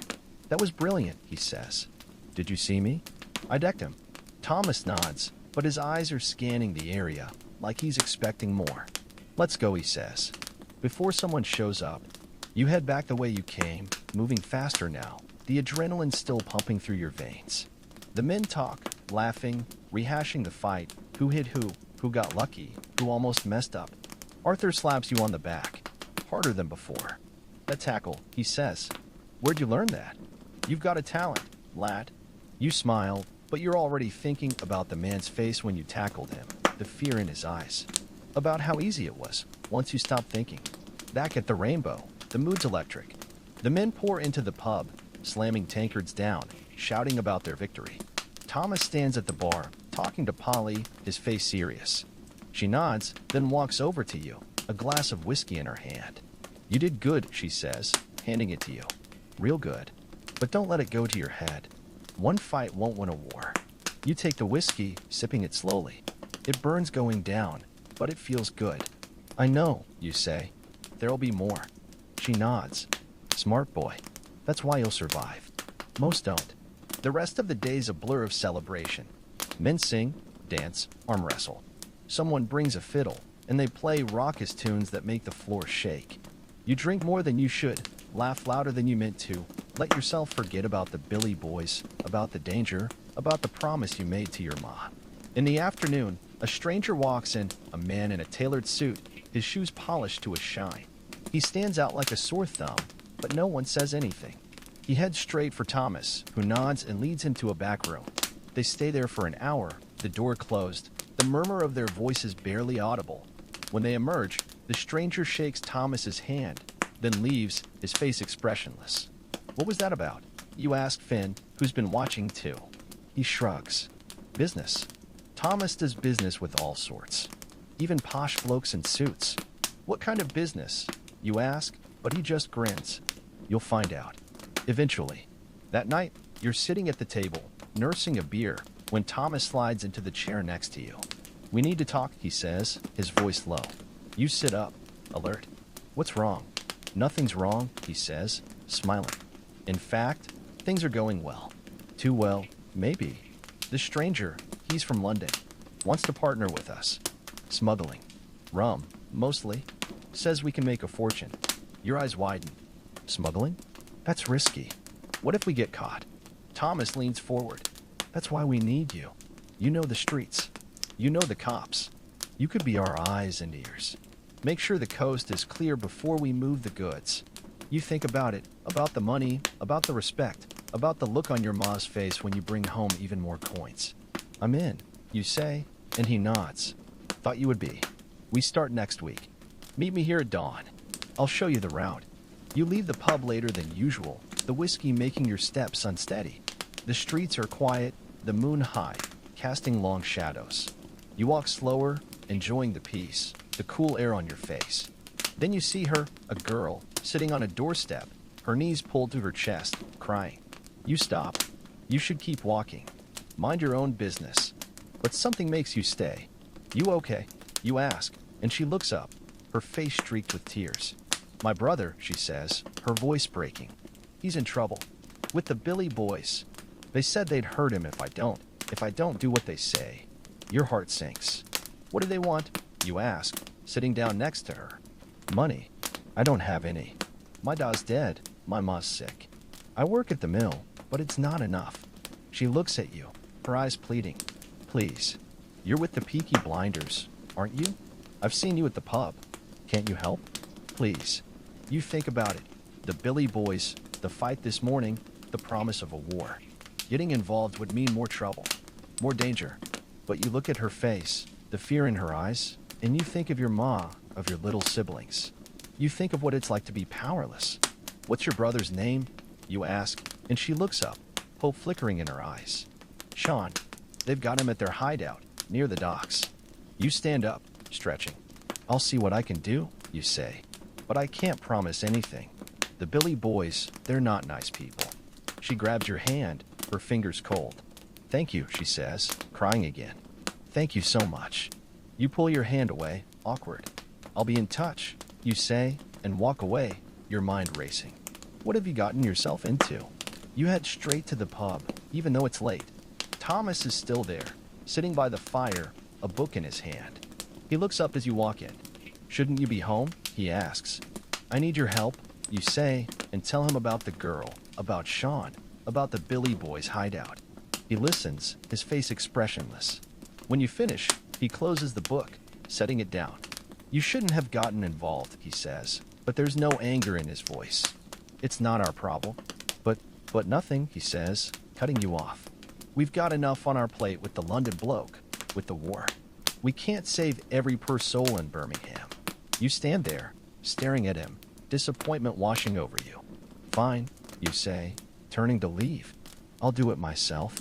He stands up, blocking your way. You'd risk your neck for a stranger? Why? You think about the girl's face, the fear in her eyes. About your ma, about your little siblings. Because someone should, you say. He studies you for a minute, then nods. Gather the lads. Dawn. Same plan as this morning. You smile, relief flooding through you. Thank you, you say. Don't thank me, he says, grinning. This'll teach the Billy Boys a lesson. And besides, he leans in, it's good for business. People here we help folks. They'll trust us. Trust means money. You roll your eyes, but you're smiling. Whatever you say, Thomas. You leave the pub, your steps lighter, the whiskey forgotten. The streets feel different now, like they're full of possibilities, not just danger. You walk faster, eager to get home, to sleep, to be ready for dawn. When you reach your house, you pause, looking up at the window where your ma's candle still burns. You think about the promise you made, about the danger you're in, about the girl and her brother. You think about Thomas's words, trust means money, and about Polly's warning, this life takes more than it gives. You push open the door, and your ma looks up, her face tired, but smiling. You're late, she says, but she's not angry. I made stew. It's still warm. You sit down, eating greedily, the stew hot and filling. She watches you, her eyes soft. You seem different, she says. Happier, but worried too. You nod, swallowing a mouthful. There's a lot going on, you say. Good things, mostly. She reaches across the table, squeezing your hand. That's all I ever wanted for you. Good things. You finish eating, help her clean up, then head to bed. You lie there, listening to the others breathe, thinking about tomorrow. The rescue. The Billy Boys. The girl. You wonder if you're doing the right thing. If you're becoming the kind of person your ma would be proud of. Just before you drift off, you hear her whisper, come home safe, like she's speaking to the dark. Like she knows what's coming. You close your eyes, and for the first time in a long time, you sleep soundly. Dawn comes gray and heavy, like the sky's holding its breath. You're up before the others, your boots hitting the floor with a soft thud that won't wake the house. The fire's died down to embers, but you can still see the outline of your ma's chair, where she must have fallen asleep waiting. You grab a blanket from the pile, tucking it around her shoulders. Her face softens in her sleep, like she's dreaming of better days. The streets are quiet as you head to the Rainbow, quieter than yesterday, like even the rats are holding their breath. A milk cart clatters past, the driver nodding at you as he goes. He knows who you are now, you realize. Everyone does. The pub's already humming when you push open the door. Men sharpening knives, checking their caps, passing around a flask of whiskey to steady their nerves.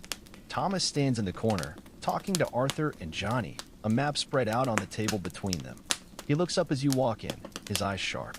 Good, he says. You're on time. Got the layout, Johnny says, tapping the map with a finger. Warehouse near the docks, 3 stories. Billy Boys posted at the front and back, 2 at each door, from what I saw. Thomas nods. We go in quiet, he says. Back entrance first, take out the guards, then move up. Sean's probably on the top floor, if they're keeping him for leverage. He looks at you. You know the docks. Any shortcuts? You lean in, pointing to a narrow alley that runs behind the warehouse. This way cuts through the fish market. Smells like hell, but it's empty at this hour. Gets us right to the back door. Thomas smirks. Perfect. Finn, you're with me. Arthur, Johnny, front door, but wait for my signal. And you, he nods at you, stick close. Eyes open. They hand you a knife, heavier than the one from yesterday, its blade glinting in the firelight. Just in case, Thomas says, and you tuck it into your boot, the leather soft against your ankle. The walk to the docks is tense, no one talking, just the sound of boots on cobblestones, the distant squawk of seagulls, the creak of ships in the harbor. The fish market reeks like you remembered, a mix of salt and rot that makes your eyes water. But it's empty, just crates and barrels and a stray cat that darts away as you pass. You reach the back of the warehouse, pressing yourself against the wall, rough, splintered wood that scrapes your palm. Thomas holds up 3 fingers, then 2, then 1. Arthur and Johnny peel off toward the front, their steps silent. You and Thomas and Finn wait, the seconds stretching like hours. Then thud, followed by a muffled curse, Arthur's signal. Go, Thomas whispers, and you move, Finn right behind you. The back door is unlocked, like they didn't expect anyone to come this way. You slip inside, the air thick with dust and mildew, your boots crunching on gravel. A staircase leads up, its steps creaking under your weight. You freeze, but no one comes. Whoever's guarding the back is already down. Stay close, Thomas murmurs, leading the way up the stairs. The second floor is empty, just crates and old furniture, but you can hear voices from above shouting, laughing, the clink of bottles. Billy boys celebrating. Your hand tightens around the knife in your boot. The third floor landing's dim, lit by a single lantern that casts long shadows. 2 men sit on crates, playing cards, a bottle of whiskey between them. They don't see you until it's too late. Thomas moves first, his fist slamming into the nearest man's jaw, Finn tackling the other before he can stand. It's over in seconds. 1 man unconscious, the other gasping for breath as Thomas pins him to the floor. Where's the boy? Thomas growls, pressing a knee into his chest. The man sputters, pointing to a door at the end of the hall. In there, tied up, please, don't hurt me. Thomas nods at Finn, who yanks the man to his feet, shoving him toward the stairs. Tie him up with the others, he says. We'll deal with him later. You follow Thomas to the door, your heart pounding. He pauses, listening, no sounds from inside. He pushes it open, and there he is, a boy, maybe 12, tied to a chair, his face tear-streaked, but his eyes fierce. Who are you? He asks, his voice shaking but brave. Friends of your sister, Thomas says, cutting the ropes with his knife. The boy rubs his wrists, staring at you like he's not sure if he should run. She sent you, he asks, and you nod. Come on, Thomas says. We've got to move. The boy, Sean, follows, his legs wobbly, but he doesn't complain. You head back down the stairs, moving faster now, the way clear. At the bottom, Arthur and Johnny are waiting, 3 unconscious Billy boys at their feet. Took you long enough, Arthur says, but he's grinning. Let's get out of here before the whole lot wakes up. The walk back is different, lighter, like a weight's been lifted. Sean walks between you and Finn, his head down, but every now and then he glances up, like he's checking to make sure you're real. Thanks, he mumbles, so quiet you almost don't hear. My sister'll be happy. Finn slings an arm around his shoulders. Told you we'd come, he says, like he's been planning rescues his whole life. You drop Sean off at his house, a tiny cottage near the mill, its windows cracked, its door hanging off its hinges. His sister's waiting on the step, her face pale. When she sees him, she screams, pulling him into her arms, sobbing so hard her body shakes. Thank you, she says, turning to you, her voice breaking. I don't know how to repay you. Thomas shakes his head. Just keep your brother out of trouble, he says. And tell anyone who asks Peaky Blinders took care of it. Back at the pub, the mood's different from yesterday's celebration, quieter, prouder. The men clap you on the back, but there's no shouting, no bragging. Even Arthur seems calmer, sipping his beer instead of chugging it. Thomas sits at his table, staring at the map, but he's smiling, just a little, when he thinks no one's looking. Polly walks in mid-morning, her bag slung over her shoulder. Heard you played hero, she says, sliding into a chair next to you. You shrug. Just did what needed doing. She snorts. Thomas says you're the one who pushed for it. Said you'd go alone if you didn't help. You flush, but don't deny it. What if it was my brother? You say. She nods, her face softening. Fair enough, but don't make a habit of it. Heroics get people killed. The rest of the day's slow, lazy almost. The men clean their weapons, mend their clothes, swap stories. You sit with Finn, who's still talking about the rescue. Did you see how fast I tackled that bloke? Like a cat.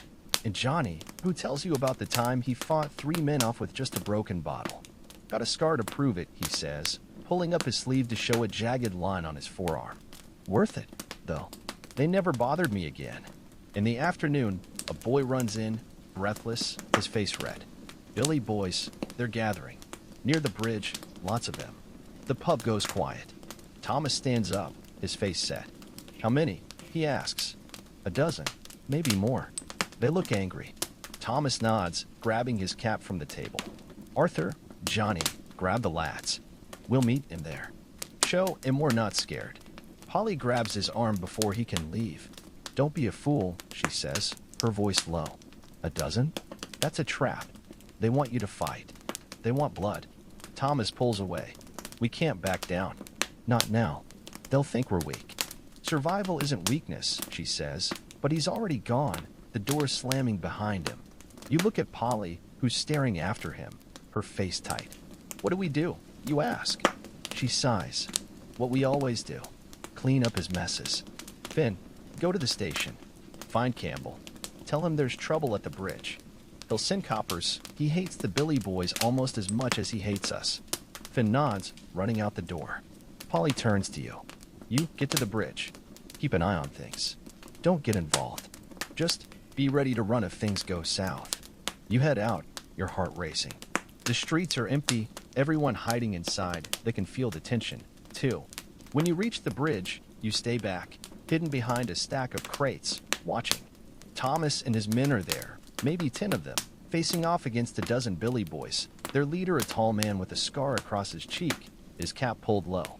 They're shouting, but you can't hear what's being said, just the rise of anger in their voices, like a storm building. Then someone throws a punch. It happens fast, fist flying, knives drawn, men screaming. You watch as Thomas ducks a swing, his fist connecting with a man's ribs, as Arthur takes a blow to the face, laughing as he swings back. As Johnny goes down, a knife in his leg, before someone pulls him up. And then you hear it, the distant clatter of boots, the shout of police. The Billy boys freeze, looking around. Thomas grins. Told you they'd come, he says, but no one's listening. The Billy boys are running, scattering into the alleys. The coppers in pursuit. Thomas's men back away, melting into the shadows, leaving the bridge empty except for the injured, the coppers, and the mess. You head back to the pub, your mind racing. Polly was right. It was a trap. And if she hadn't sent Finn to get Campbell, you don't want to think about it. Thomas and the others straggle in later, bloodied but alive. Johnny sits at the table, his leg propped up, Polly cleaning the wound with a cloth. Stupid, she says, dabbing at the cut. Foolish, stupid boys. Arthur laughs, wincing as he touches his split lip. Worth it, he says. They won't mess with us for a while. Thomas nods, but he's looking at Polly, his face soft. Thanks, he says, quiet. For sending Finn. She snorts, but she's smiling. Don't make me do it again. That night, you sit by the fire, nursing a beer, watching the others. Johnny's legs bandaged, Arthur's lips swollen, but they're all laughing, like they've just survived a great adventure. Thomas sits with Polly, talking in low voices, their heads close together. You think about the girl and her brother, safe at home.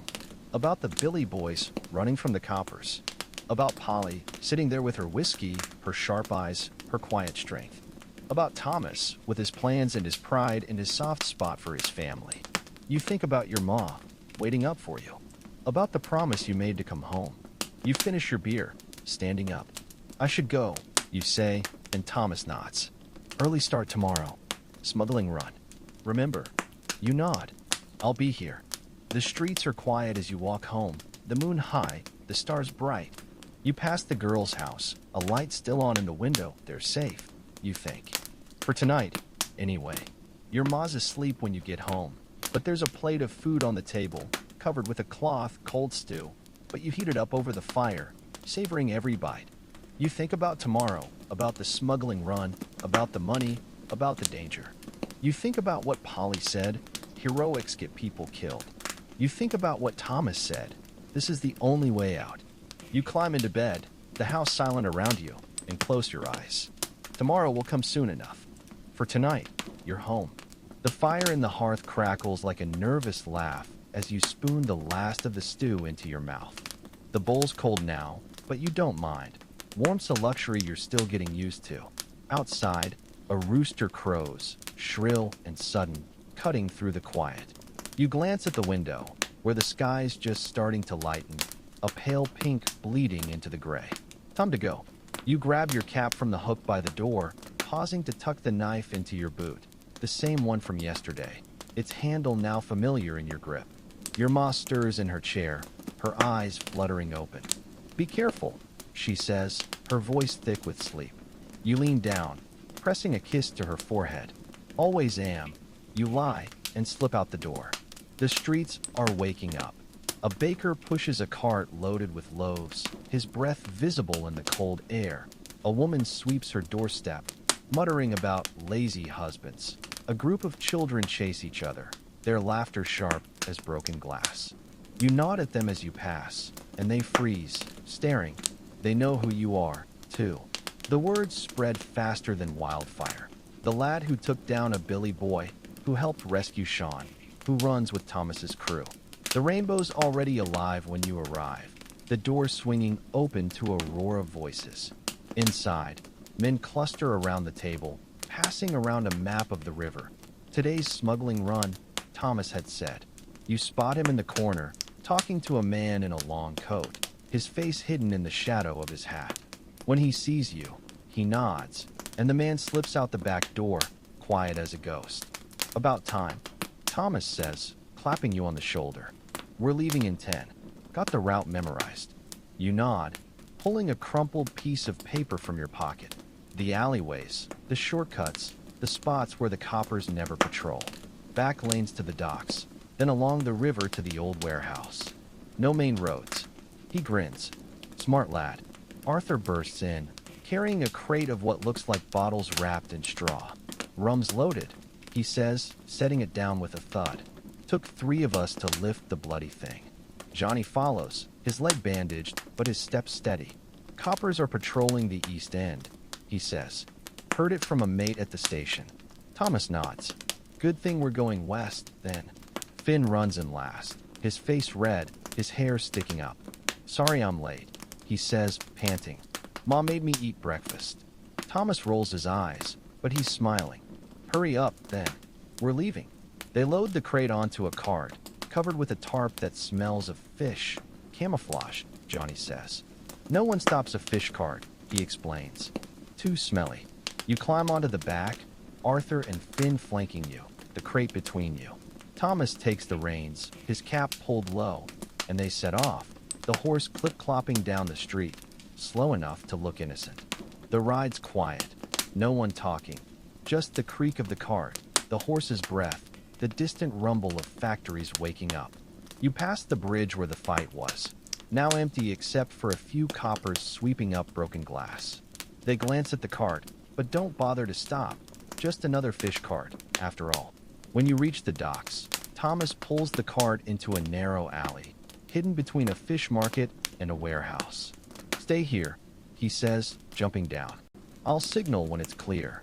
He disappears around the corner, and you lean back, watching the seagulls wheel overhead, their cries mixing with the crash of waves against the shore. Nervous? Finn asks, grinning. You shake your head, but your hands are clammy. First time smuggling, he says. I was sick as a dog my first time. Thomas laughed so hard he cried. Arthur snorts. Still cries when he's had too much beer. Big softy, he is. You laugh, and for a second, the danger feels far away. Just 3 lads, riding in a cart, sharing stories like it's any other day. Thomas signals with a whistle, short and sharp. Clear, he says, reappearing. Let's move. They unload the crate, Arthur and Johnny lifting it between them, you and Finn following close behind. The docks are busy, but no one looks twice. Porters, fishermen, sailors, all too busy with their own work to notice a group of men carrying a crate. They load it onto a small boat tied to the dock. It's wood-weathered, its sail tattered but intact. Mick's waiting on the other side. Thomas says, handing you a paddle. We row across, unload, then head back. Simple. You nod, climbing into the boat, the wood groaning under your weight. The river's calm, the water dark as ink, reflecting the gray sky above. You row, your arms burning, the paddle cutting through the water with a soft splash. Arthur sits across from you, rowing in time, his breath steady. Thomas stands at the bow, watching for trouble, his hand resting on the knife at his belt. When you reach the other side, a man waits. Mick, you assume, his face hidden in the shadow of a warehouse. He nods, and they unload the crate, passing it to him. Took your time, he says, grinning. Thought you'd chicken out. Thomas snorts. When have I ever chickened out? Mick leads you to a door at the back of the warehouse, unlocking it with a rusted key. Inside, the air smells of dust and damp, but there's a table, a few chairs, a lantern glowing in the corner. He sets the crate down, prying it open with a knife. The bottles glint in the light, their labels foreign, fancy. Good stuff, he says, pulling one out, uncorking it, and taking a long drink. Worth a pretty penny, this lot. Thomas nods. How much? Mick pulls a pouch from his pocket, tossing it to Thomas, who catches it with one hand. Half now, half when it's sold. Fair. Thomas weighs the pouch in his hand, then nods. Fair. You head back to the boat, the pouch heavy in Thomas's pocket, the air lighter now that the hard part's done. The row back feels shorter, your arms loosening up, your rhythm steady. When you reach the docks, the sun's up, painting the sky pink and gold. Job well done, Thomas says, clapping you on the back as you climb out of the boat. Celebration tonight, on me. The men cheer, already talking about beer and steak and stories to tell. You head back to the pub, the cart lighter, the tarp flapping in the wind. The streets are busy now, shoppers and workers and children, all moving in a blur of color. A woman stops you, her face familiar. Sean's sister, you realize. Thank you, she says, pressing a basket into your hands. Bread, fresh from the oven. For your ma. You smile, taking it. Tell Sean I said hello.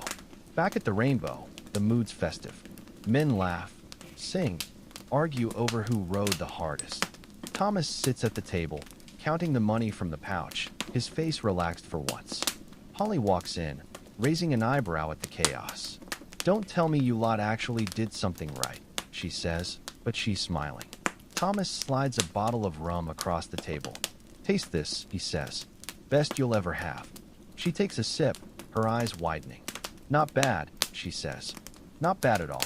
The day slips by in a haze of laughter and beer. You learn to play darts, sort of. Arthur cheats, but no one calls him out.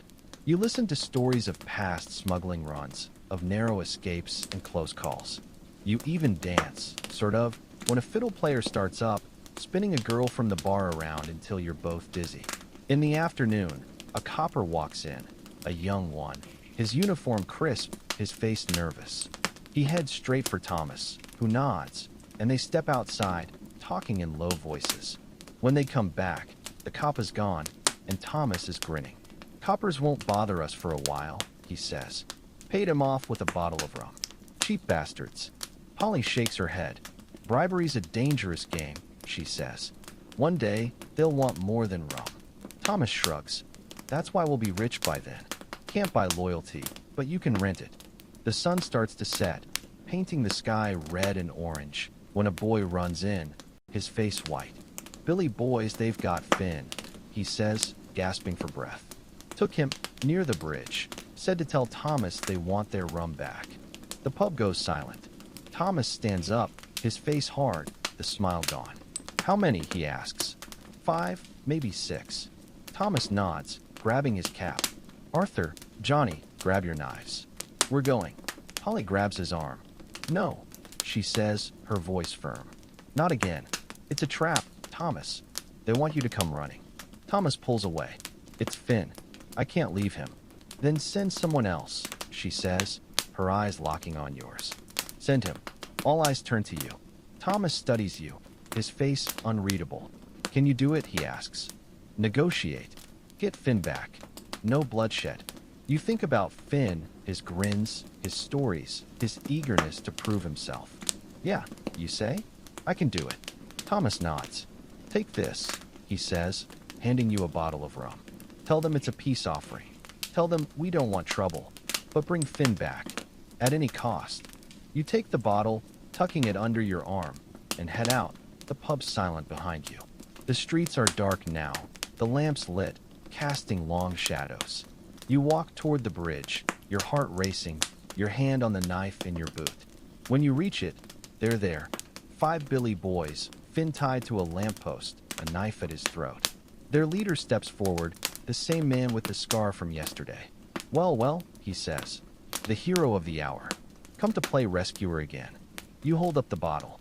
Peace offering, you say? Rum. Good stuff. Just let him go. We don't want trouble. The man laughs. Trouble? You lot started it. First the fight, then the rescue, then stealing our business. You think we'd just let that slide? Finn struggles, but the man holding the knife presses it closer, and he freezes. Let him go. You say, your voice steady. Take the rum. Call it even. The man studies you, his eyes narrow. What's to stop us from taking the rum and killing you both? You take a step forward, pulling the knife from your boot, holding it loosely in your hand. Because then Thomas will come, and he won't be as nice as me. The man grins, but it doesn't reach his eyes. Brave words for a kid. But you're right, Thomas is a problem. For now. He nods, and the man holding Finn lets go, cutting the ropes with a knife. Finn stumbles toward you, his face pale. Run, you say, and he does, sprinting down the street, away from the bridge. The man takes the bottle, uncorking it, and takes a long drink. Tell Thomas this isn't over, he says, his voice low. We'll be back, and next time, there'll be no peace offering. You nod, backing away, your knife still in your hand. When you're far enough, you turn and run, catching up to Finn a few blocks later. Thanks, he says, his voice shaking.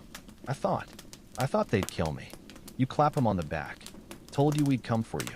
Back at the pub, Thomas slams his fist on the table when you tell him what happened. Bastards, he says. I'll kill him. I swear. Polly cuts him off. Enough, she says. You got Finn back. That's what matters. Revenge can wait. Thomas glares, but he nods. That night, you sit by the fire, Finn's head on your shoulder, both of you too tired to talk. The pub's quiet, the men gone home. The only sound the crackle of the fire and the distant creak of the sign. Thomas sits across from you, staring into the flames, his face soft in the light. Thank you, he says quiet, for getting Finn back. He's like a brother to me. You nod, and he stands up, stretching. Get some sleep. We've got a big day tomorrow. You lie down on the bench, pulling a blanket over you, Finn's breath warm against your neck. Outside, the wind howls, rattling the windows, but inside, it's warm, safe. You think about the Billy boys, their threats, their knives. About the rum, the money, the danger. About your ma, waiting for you at home, her face soft in the firelight. You close your eyes, and for the first time, you don't wonder if you'll wake up. You know you will. And whatever comes next, you'll face it. Together. The fire in the hearth gutters as you stir, the last embers glowing like fallen stars. Finn's head rests on your shoulder, his breathing slow and steady. He's been asleep for hours, the exhaustion of the night finally claiming him. You ease yourself free, careful not to wake him, and stand, stretching until your joints crack like old floorboards. The pub is silent save for the wind rattling the windows and the distant hoot of an owl. Moonlight slants through the grimy glass, painting stripes across the floor where bloodstains still linger from yesterday's scuffle. You cross to the bar, pouring a tankard of water from the pump, and drink deep, the cold liquid burning a path down your throat, clearing the fog of whiskey and weariness. Thomas sits at the table, the map spread before him, but his eyes are fixed on the fire. He looks older in the dim light, the lines around his mouth deeper, the scar through his eyebrow a darker slash. When he hears you move, he doesn't look up. You should go home, he says, his voice rough as sandpaper. You take the chair across from him, setting the tankard down with a clink. Not yet. He nods, finally glancing up, and there's something in his eyes. Regret, maybe, or resignation. Heard from Mick this morning, he says. Billy boys are leaving Small Heath.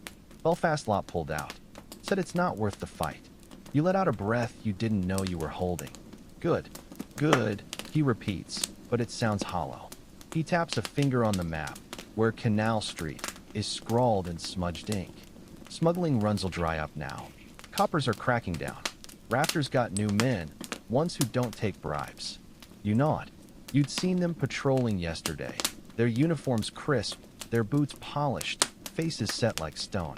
No nods, no winks, no slipping them a shilling to look the other way. Johnny's leaving too, Thomas says, staring into the fire again. Got a job in Manchester. On the railways. Finn, Polly's taking him to London. School. Proper one, not the streets. He smiles, a small, sad thing. Said he deserves better. The silence stretches, thick as molasses. Outside, a clock chimes 3, slow and mournful. You could come with us, he says suddenly. London. We're starting over. New business. Legit this time. Polly swears. You think about it. The bustle of a bigger city, streets where no one knows your name, a chance to wipe the slate clean. But then you picture your ma's face when you told her about the whiskey money, the way her hands trembled when she counted out coins for new shoes for the little ones, the way she'd pressed a kiss to your forehead last night, whispering, "Be careful," like it was a prayer. Can't, you say? He nods, like he knew you'd say that. Your ma needs me. Little ones too. He stands, rolling up the map with a sharp snap. Wise, he says. Wiser than me. You walk to the door with him, the floorboards creaking under your boots like old friends. He pauses on the threshold, looking up at the sign where the rainbow is faded to near illegibility. Selling the pub, he says. To a baker. Makes bread, not trouble. You smile. More like that. Fresh bread's scarce round here. He claps you on the back, hard enough to make you stagger, and for a second, he's not Thomas Mucklow, leader of the Peaky Blinders, just a bloke from the slums who got lucky and then got tired. Look after yourself, yeah? You too. He nods, turning into the night, his coat flapping behind him like a dark wing. You watch him go, until he disappears around the corner, and then the street is empty, save for a stray dog sniffing at the gutters.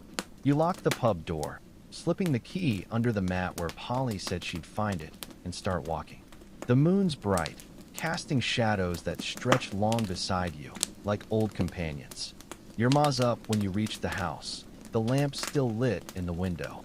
She opens the door before you can knock, her face soft in the yellow light. You're late, she says, but her eyes are warm. Sorry.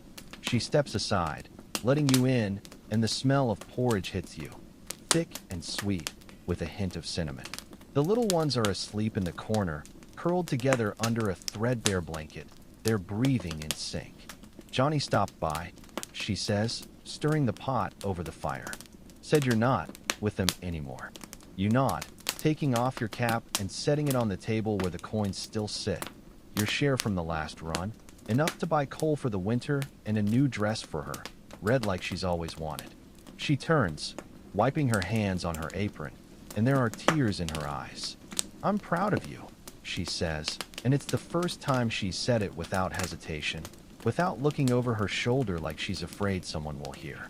You cross to her, wrapping your arms around her, and she holds you tight, her hands pressing into your back like she's checking your reel.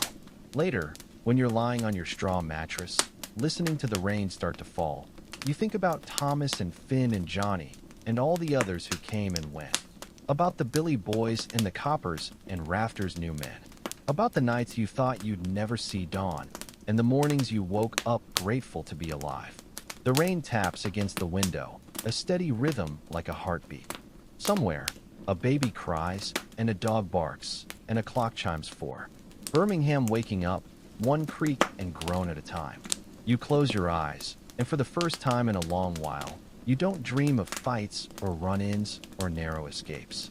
You dream of your ma's smile when she saw the red dress, of the little ones laughing over porridge, of a future where the coins on the table come from honest work.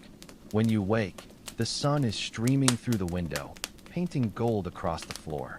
Your ma's humming as she hangs laundry, the tune familiar from your childhood. The little ones are chasing each other, shrieking, and outside, a baker's cart rumbles past, the smell of fresh bread floating in on the breeze. You stand, stretching, and pull on your old coat, the one with the patched elbow, not the tailored one Thomas gave you. Your boots are scuffed, your cap frayed, but when you look in the cracked mirror nailed to the wall, you recognize the face staring back. Not a Peaky Blinder, not a runner, just you. Downstairs, your ma calls your name, and you go, step by step, into the light.